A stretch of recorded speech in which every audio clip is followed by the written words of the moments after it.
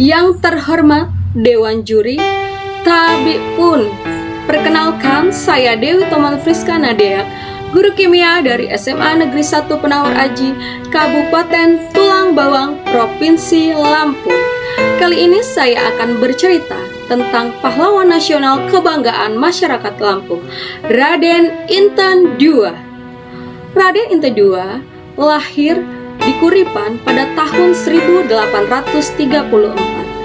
Beliau merupakan putra dari Raden Imba II dan Ratu Mas. Namun, Raden Inten II tidak mengenal sosok ayahnya karena Raden Imba II pada saat kelahiran Raden Inten II ditangkap dan dibuang ke Pulau Timur. Namun, ibu Raden Inten II, Ratu Mas, tidak pernah berhenti menceritakan perjuangan Raden Imba II kepada Raden Inten II, sehingga mengalirlah darah perjuangan dalam diri Raden Inten II.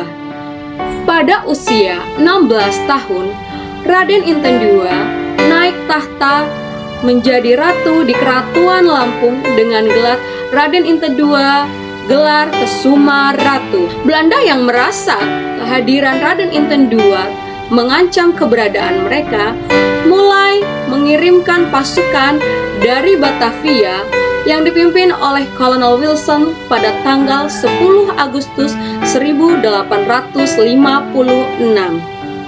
Kehadiran pasukan Belanda di bumi Lampung segera diketahui oleh Raden Inten II. Belanda memberikan ultimatum kepada Raden Inten II untuk menyerahkan diri dalam waktu 5 hari. Raden Inten II, serahkanlah dirimu dan pasukanmu. Jika tidak, pasukan Belanda akan melakukan serangan. Namun, ultimatum tersebut tidak digubris oleh Raden Inten II. Raden Inten II tetap melakukan perjuangan di berbagai benteng-benteng yang ada di Provinsi Lampung. Karena Raden Inten II tidak menyerahkan diri, maka Belanda pun melakukan serangan ke benteng-benteng di mana Raden Inten II berada. Namun, Raden Inten II selalu berhasil lolos. Ketika Belanda masuk menyerang benteng-benteng, benteng-benteng tersebut selalu dalam keadaan kosong. Karena Belanda merasa dipermainkan, mereka pun mencari cara untuk bisa menangkap Raden Inten II. Sampai pada bulan Oktober 1856, Raden Inten II tidak juga ditangkap. Kolonel Wilson menghasut pengikut daripada Raden Inten II. Akhirnya, mereka mendapatkan informasi bahwa Raden Inten II sedang berada di bagian utara Lampung dan menyeberangi Waisiputih. Pasukan Belanda pun dikirim ke sana, namun hasilnya nihil. Raden Inten II memilih perang secara gerilya karena pasukan Belanda yang cukup banyak. Raden Inten II menggunakan taktik dengan menyebarkan berbagai berita palsu melalui orang-orang kepercayaannya.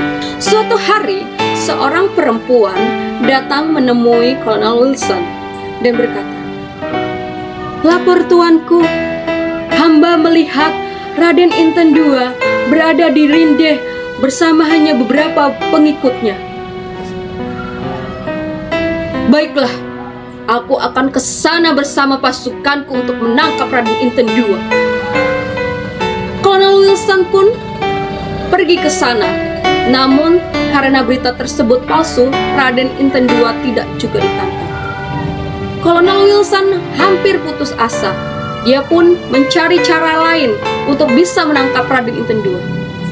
Kolonel Wilson berhasil memperdaya Raden Ngerapat. Maka pengkhianatan pun akhirnya terjadi. Raden Ngerapat mengundang Raden Inten II dalam jamuan makan pada Oktober 1856 di malam hari. Pada saat itu, Raden Inten II yang tidak curiga menghadiri pertemuan tersebut dengan satu pengikutnya, sedangkan Raden Ngerapat dengan beberapa orang pengikutnya. Raden Ngerapat mempersilahkan Raden Inten II untuk memakan lebih dahulu hidangan yang tersedia. Raden Inten II yang tanpa curiga pun memakan hidangan yang tersedia.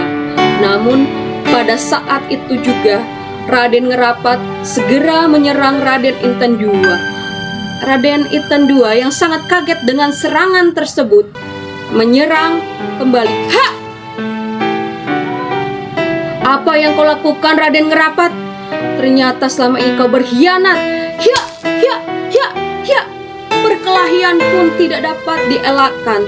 Perkelahian yang tidak seimbang antara Raden Inten II melawan Raden Ngerapat. Ternyata selain itu, Raden Ngerapat juga telah menyembunyikan beberapa serdadu Belanda di tempat tersembunyi. Serdadu-serdadu yang berada di tempat tersembunyi tersebut pun keluar setelah mengeroyok Raden Inten II. Raden Inten II pun gugur dalam perlawanan tersebut. Beliau yang berlumuran darah pada malam itu dihadapkan kepada Kolonel Wilson. Raden Inten II gugur karena pengkhianatan oleh kawan sebangsanya pada usia yang cukup muda, yaitu 22 tahun. Raden Inten II dimakamkan di Gedung Harta yang kini dikenal dengan Benteng Cepaka. Letaknya kurang lebih 18 km dari kota Kalianda, Lampung Selatan. Demikianlah cerita tentang Raden Inten II yang menginspirasi kita semua. Semoga kita sebagai generasi bangsa tetap bisa meniru jiwa nasionalisme dan patriotisme daripada Raden Inten II.